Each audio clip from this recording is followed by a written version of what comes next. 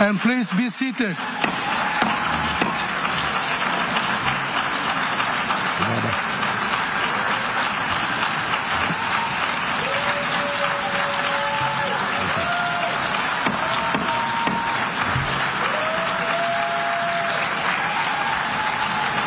Please, order in the hall.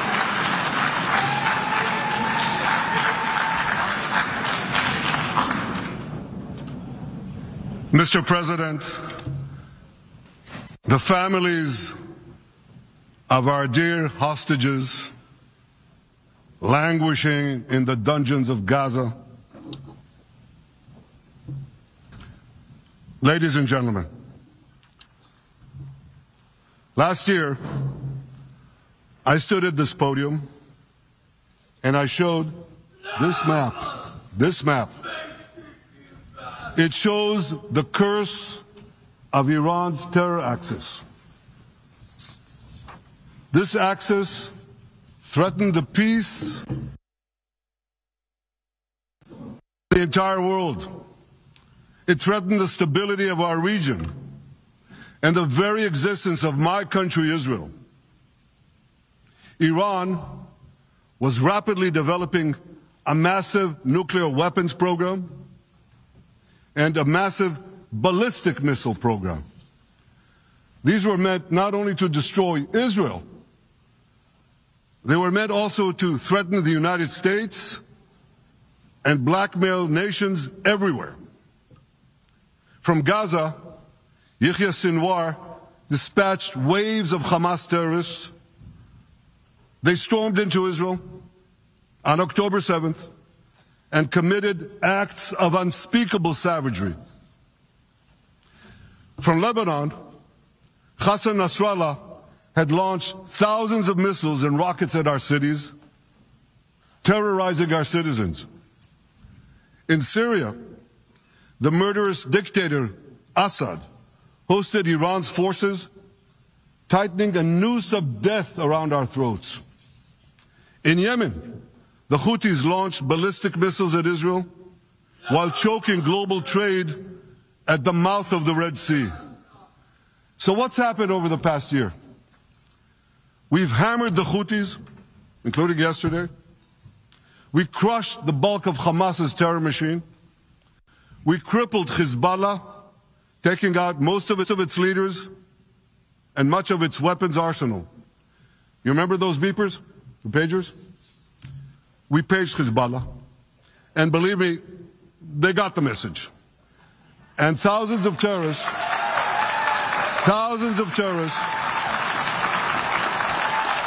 dropped to the ground.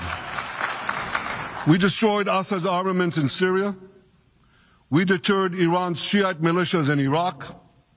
And most importantly, and above anything else that I could say to you or that we did in this past year, in this past decade, we devastated Iran's atomic weapons and ballistic missiles programs.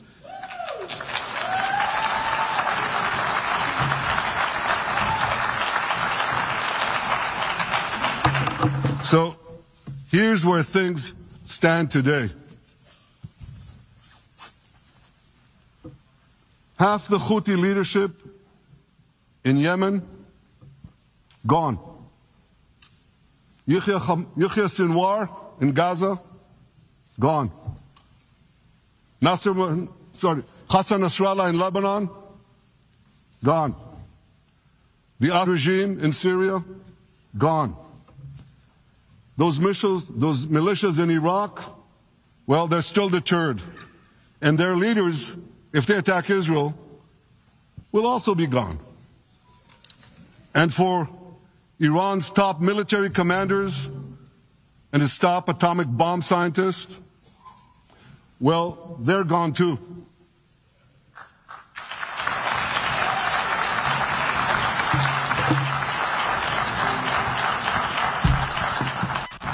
Israel's 12-day war with Iran, which I renamed Operation Rising Lion, that's from the Bible.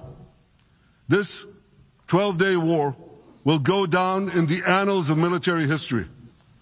Our daring pilots neutralized Iran's missile defenses, and took control of the skies over Tehran. And you saw this. Israeli fighter pilots and American B-2 pilots bombed Iran's nuclear enrichment sites. I want to thank President Trump for his bold and decisive actions.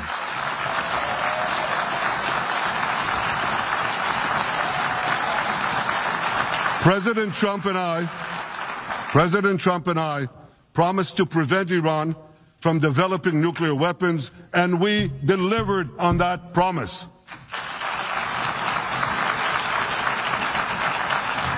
We removed an existential threat to Israel, and a mortal threat to the civilized world. We lifted a dark cloud that could have claimed millions and millions of lives. But, ladies and gentlemen, we must remain vigilant. We must remain absolutely clear-minded and vigilant. We must not allow Iran to rebuild its military nuclear capacities. Iran's stockpiles of enriched uranium, these stockpiles must be eliminated. And tomorrow, UN Security Council sanctions on Iran must be snapped back.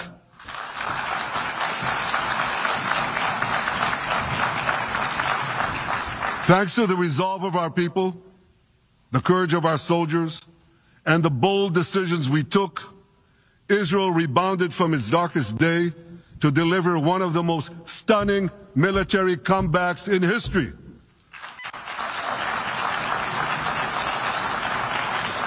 But we're not done yet. The final remnants of Hamas are holed up in Gaza City.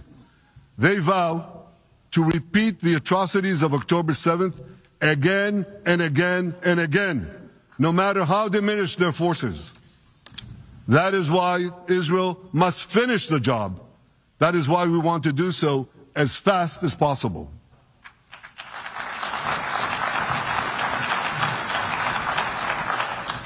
Ladies and gentlemen, much of the world no longer remembers October 7th. But we remember. Israel remembers October 7th. On that day, well, I'll tell you, you can remember October 7th too. You see this large pin here? It's a QR code. What I ask you to do is hold up your phones, zoom in, and you too will see why we fight and why we must win. It's all in here. On October 7th, Hamas carried out the worst attack on Jews since the Holocaust. They slaughtered 1,200 innocent people, including over 40 Americans and foreign nationals from dozens of countries represented here. They beheaded men. They raped women. They burnt babies alive. They burnt babies alive in front of their parents. What monsters! And these monsters took more than 250 people hostage. And those included Holocaust survivors, grandmothers and their grandchildren. Who takes hostage grandmothers and grandchildren? Hamas does. So far, we've brought home 207 of these hostages, but 48 still remain in the dungeons of Gaza. 20 of them are alive, starved, tortured, deprived of any daylight, deprived of humanity. These are the names of the 20 living hostages. Matan Angrest, Gali and Zev Berman, brothers, Elkanah Buchbot, Rom Braslavsky, Nimrod Cohen, Ariel and David Cunyo, another pair of brothers, Guy Gilboa Dalal, Eviatar David. You saw the picture of Eviatar David, emaciated, forced to dig his own grave. Maxim Herkin, Eitan Horn, Segev Kalfon, Bar Kupperstein, Omri Meran, Eitan Moore, יוסף חיים אוחנה, אלון אוהל, אבינתם אור, and Matan Tsengaker. Now, ladies and gentlemen, I want to do something I've never done before. I want to speak from this forum directly to those hostages through loudspeakers. I've surrounded Gaza with massive loudspeakers connected to this microphone in the hope that our dear hostages will hear my message. And I'll say it first in Hebrew and then in English. אחינו הגיבורים, מדבר ראש הממשלה בנימין נתניהו. אני פונה עליכם מעל בימת האו"ם. לא שכחנו אתכם, אפילו לא לשנייה.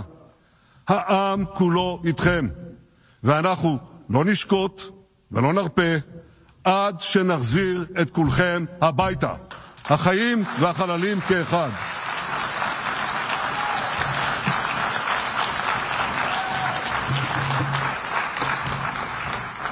Our brave heroes. This is Prime Minister Netanyahu speaking to you live from the United Nations. We have not forgotten you, not even for a second. The people of Israel are with you. We will not falter and we will not rest until we bring all of you home.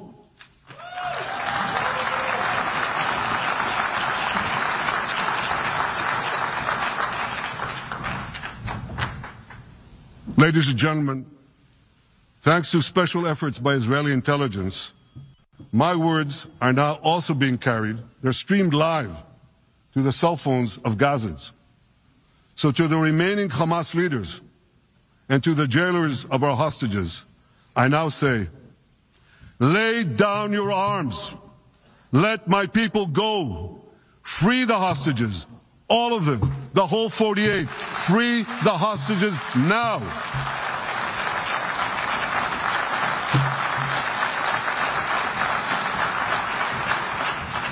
If you do, you will live. If you don't, Israel will hunt you down. Ladies and gentlemen, if Hamas agrees to our demands, the war could end right now. Gaza would be demilitarized, Israel would retain overriding security control, and a peaceful civilian authority would be established by Gazans and others committed to peace with Israel. And of course, you understand that the war in Gaza has affected every Israeli. But I'm sure there are people in New York or in London or in Melbourne and elsewhere who are probably thinking, what does all of this have to do with me? And the answer is everything. Because our enemies are your enemies. So let's do something else. So first at the UN, let's do a pop quiz. And raise your hand if you know the answer. Here's the first question. Who shouts death to America? Is it A, Iran, B, Hamas, C, Hezbollah, D, the Houthis, or E, all of the above? All of the above.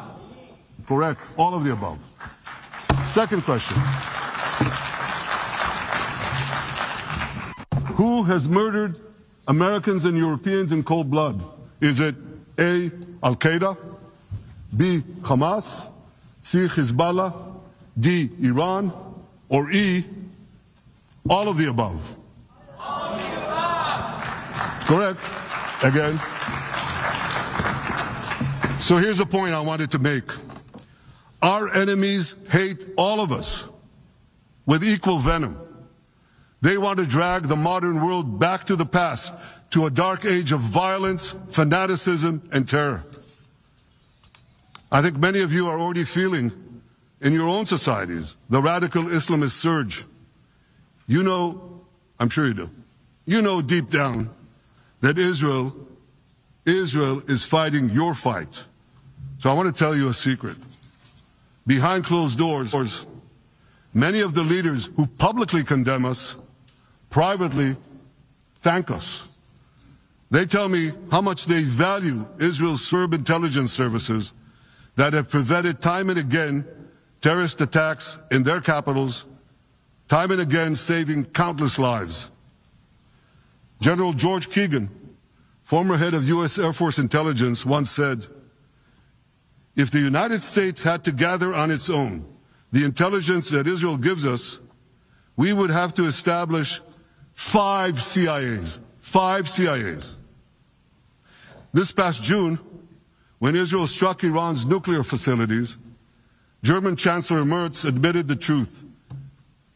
He said, Israel is doing the dirty work for all of us. President Trump understands better than any other leader that Israel and America face a common threat. He showed the world that when Iran and its proxies murder Americans, take Americans hostage, shout death to America, burn American flags, and try to assassinate the President of the United States, not once, but twice. He showed them there is a price to pay for all that.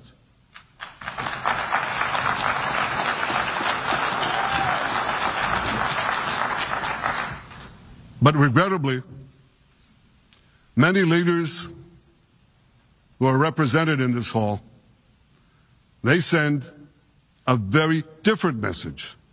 Sure, in the days immediately following October 7th, many of them supported Israel. But that support quickly evaporated when Israel did what any self-respecting nation would do in the wake of such a savage attack. We fought back. Now just imagine, just sit back for a second and imagine an attack against America proportioned to the attack against Israel on October 7th. Imagine a regime, a terror regime, dispatching thousands of terrorists to invade the United States. They massacre 40,000 Americans. They take 10,000 Americans hostage. What do you think America would do? You think America would leave that regime standing? You don't think that. No way, not a chance. The United States would wipe out that terror regime and ensure that such savagery would never threaten America again. This is precisely what Israel is doing in Gaza. We're wiping out the terror regime of Hamas and ensuring that this savagery will never threaten Israel again. That's what we are doing. That's what any self-respecting government would do.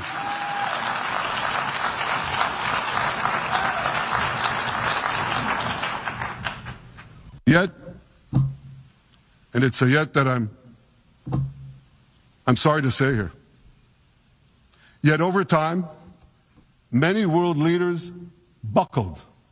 They buckled under the pressure of a biased media, radical Islamist constituencies, and anti-Semitic mobs. There's a familiar saying, when the going gets tough, the tough get going. Well, for many countries here, when the going got tough, you caved. And here's the shameful result of that collapse. For much of the past 2 years, Israel has had to fight a 7-front war against barbarism with many of your nations opposing us. Astoundingly, as we fight the terrorists who murdered many of your citizens, you are fighting us. You condemn us, you embargo us, and you wage political and legal warfare, it's called lawfare, against us. I say to the representatives of those nations, this is not an indictment of Israel. It's an indictment of you. It's an indictment of weak-kneed leaders who appease evil rather than support a nation whose brave soldiers guard you from the barbarians at the gate. They're already penetrating your gates. When will you learn? You can't appease your way out of jihad, and you won't escape the Islamist storm by sacrificing Israel. To overcome that storm, you have to stand with Israel. But that's not what you're doing. As the prophets of Israel foretold in the Bible, you've turned good into evil and evil into good. Now I want to drill down on this.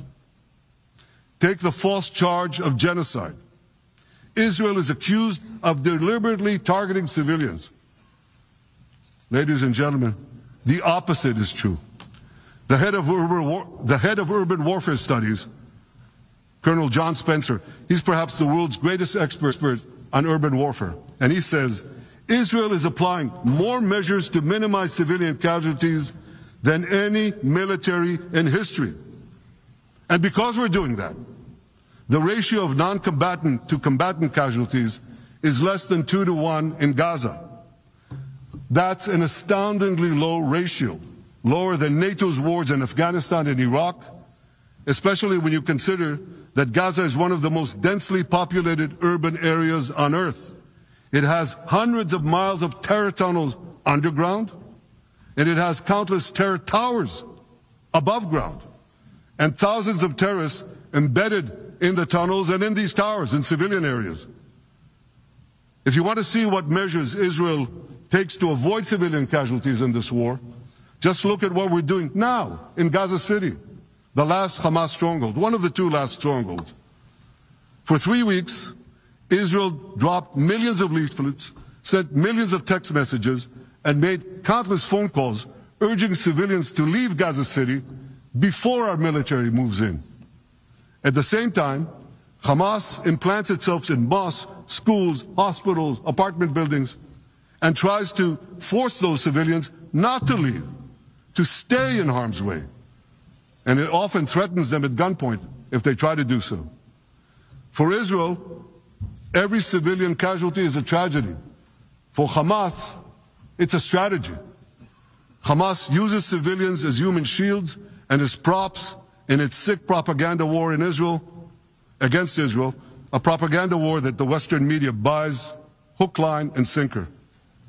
Now, despite Hamas's threats, close to 700,000 Gazans, almost 750,000, have already heeded our calls and moved to safe zones.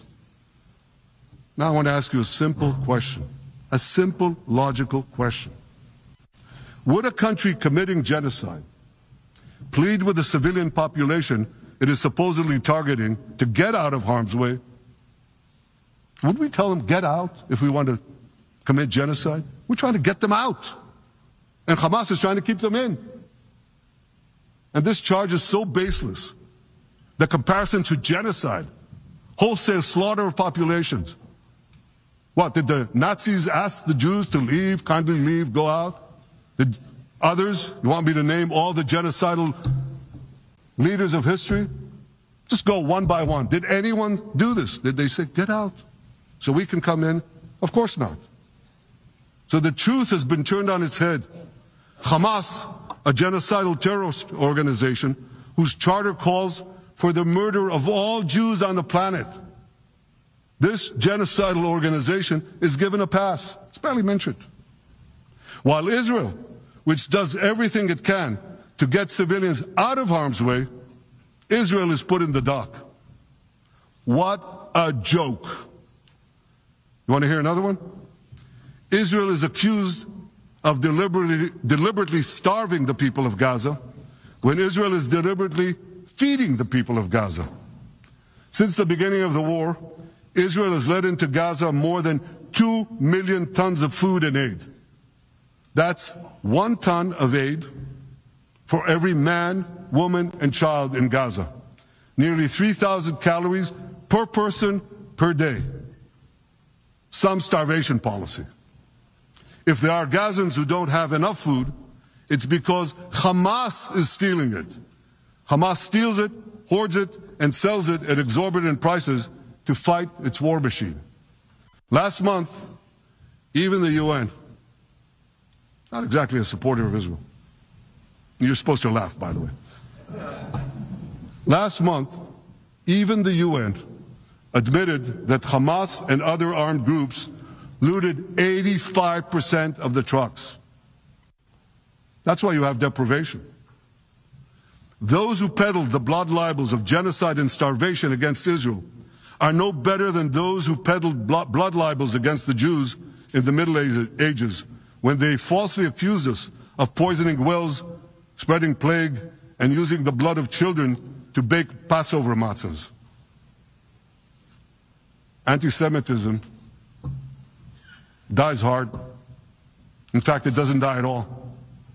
It just keeps coming back with its libelous lies, refurbished, regurgitated over and over again. And I want to tell you something else.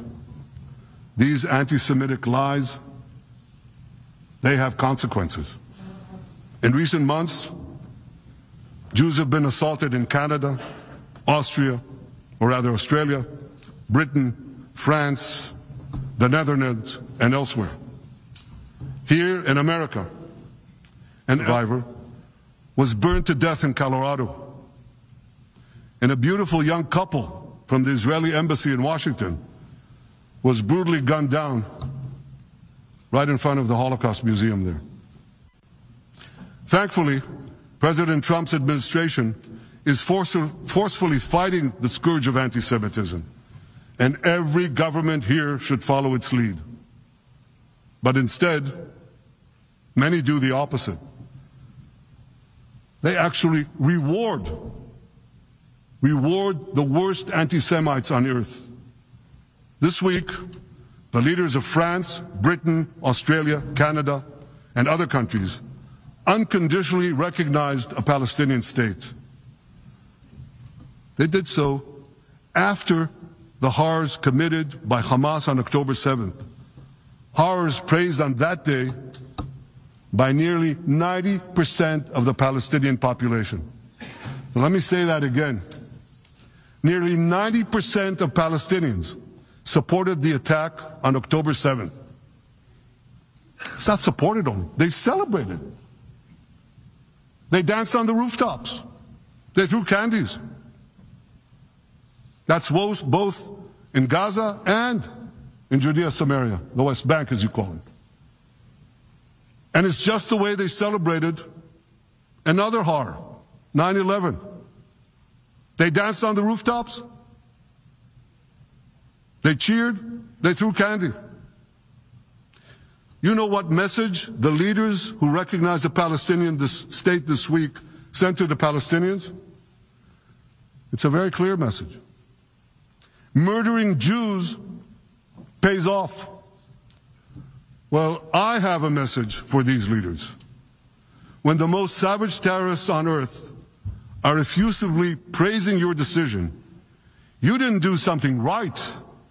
You did something wrong, horribly wrong. Your disgraceful decision will encourage terrorism against Jews and against innocent people everywhere. It will be a mark of shame on all of you. But wait a minute, Mr. Prime Minister, they tell me. Wait a minute. We believe in a two-state solution where the Jewish state of Israel will live side by side in peace with the Palestinian state. There's only one problem with that. The Palestinians, they don't believe in this solution. They never have. They don't want a state next to Israel.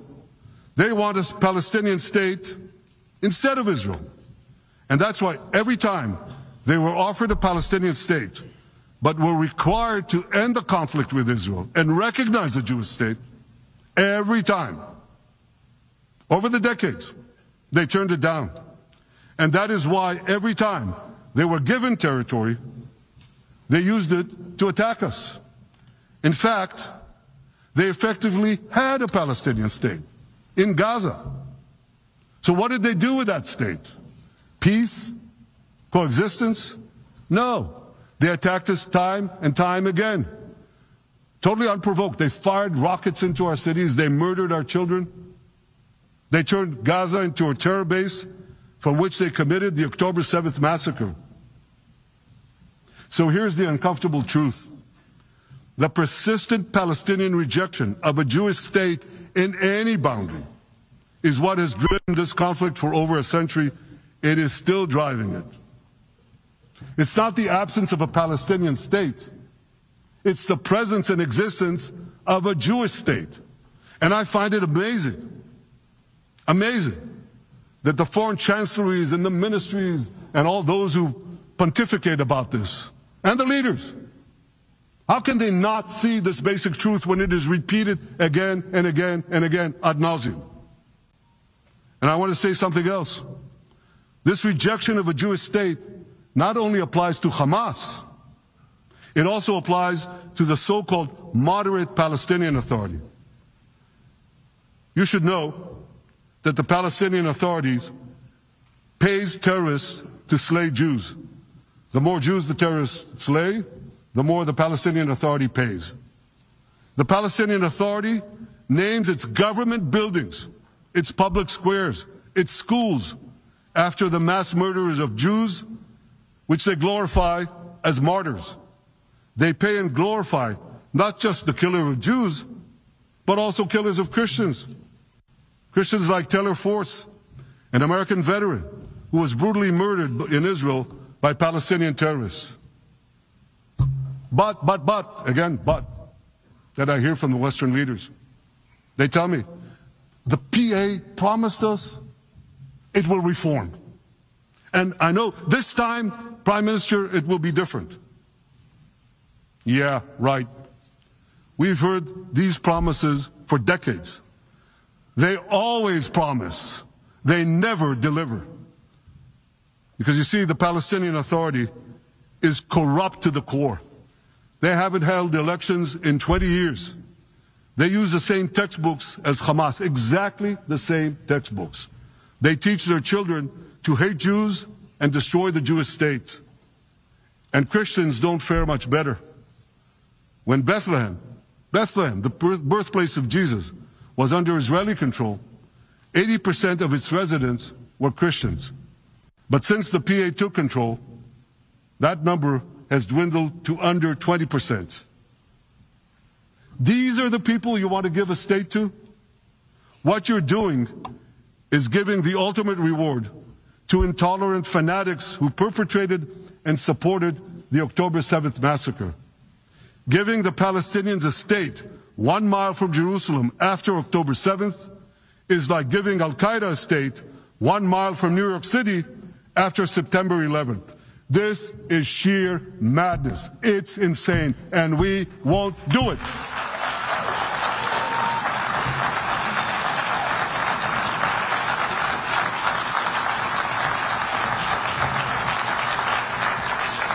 So here's another message to those Western leaders.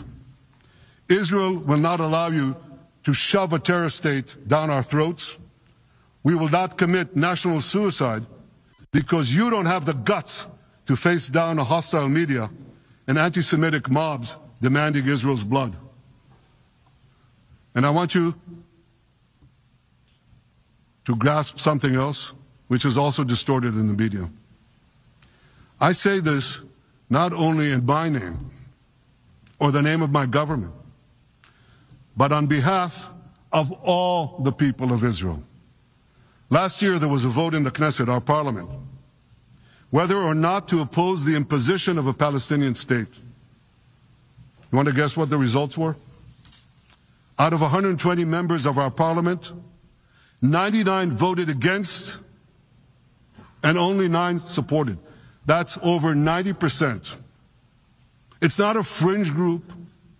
It's not the prime minister who himself is extreme or he's held hostage by extreme parties to his right.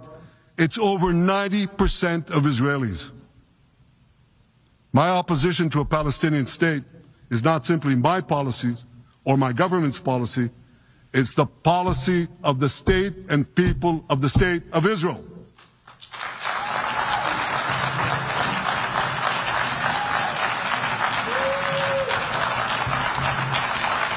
Western leaders may have buckled under the pressure. And I guarantee you one thing, Israel won't. Israel's victories over the Iranian... Thank you, I know you won't too, that's good. Israel's victories over the Iranian terror axis have opened up possibilities for peace that were unthinkable 2 years ago. Take Syria. For decades, the very idea of peace between Israel and Syria seemed unimaginable. Well, no more. Today, we have begun serious negotiations with the new Syrian government. I believe an agreement can be reached that respects Syria's sovereignty and protects both Israeli security and the security of the minorities in the region, including the Druze minority. From the founding of Israel, Jews and Druze have been brothers in arms. We have fought together, we've bled together, we built our lives together. When I was a young commander in Israel's Special Forces, my own life was saved by the invaluable advice given to me by a great friend, Salim Shufi, a heroic Druze IDF veteran. And that's why I couldn't sit idly by, nor could Israel sit idly by, while the Druze were being slaughtered by jihadists. And I instructed our forces to stop the massacre, which they promptly did. Peace between Israel and Lebanon is possible as well. I call on the Lebanese government to also begin direct negotiations with Israel. I commend it for its declared aim to disarm Hezbollah. But we need more than words. If Lebanon takes genuine and sustained action to disarm Hezbollah, I'm sure we can achieve a sustainable peace. Of course, until that happens, we will take whatever action we need to defend ourselves and to maintain the conditions of the ceasefire which was established in Lebanon. Our goal is not merely to monitor Hezbollah's actions, but to prevent them from violating the ceasefire and attacking us at any time. But I'm sure that if the Lebanese government persists in its goal of disarming Hezbollah, peace will come very speedily and very readily. Victory over Hezbollah has made peace possible with our two Arab neighbors in the north. Victory over Hamas will make peace possible with nations throughout the Arab and Muslim world. Our victory would lead to a dramatic extension and expansion of the historic Abraham Accords, which President Trump brokered between Arab leaders and myself 5 years ago. And I took note, as I'm sure you did too, of the encouraging words spoken here by the President of Indonesia. This is the country with the largest Muslim population of all nations. And it's also a sign of what could come. Forward-looking Arabs and Muslim leaders know that cooperating with Israel will provide them with groundbreaking Israeli technologies, including in medicine and science, in agriculture and water, in defense and AI, and so many other fields. I believe that in the coming years, the Middle East will look dramatically different. Many of those who wage war on Israel today will be gone tomorrow. Brave peacemakers will take their place. And nowhere will this be more true than in Iran. The long-suffering Iranian people will regain their freedom. They will make Iran great again. And our two ancient peoples,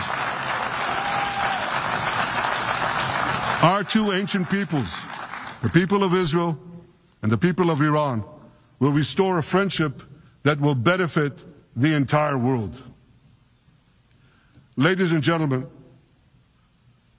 the horrors that happened on one dark day, October 7th, those horrors happened countless times during the centuries of my people's exiles among the nations. Jewish blood was cheap. Jews were killed with impunity.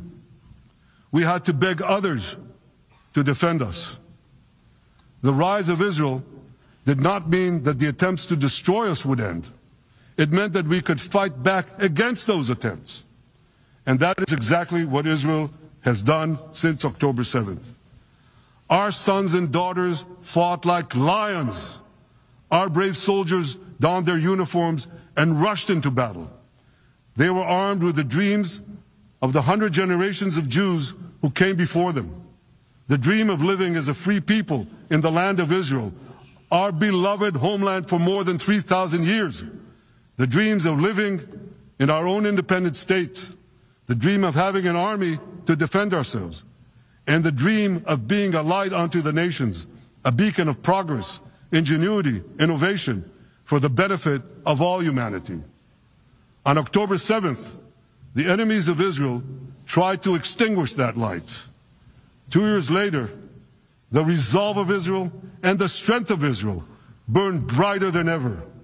With God's help, that strength and that resolve would lead us to a speedy victory and to a brilliant future of prosperity and peace. Thank you very much.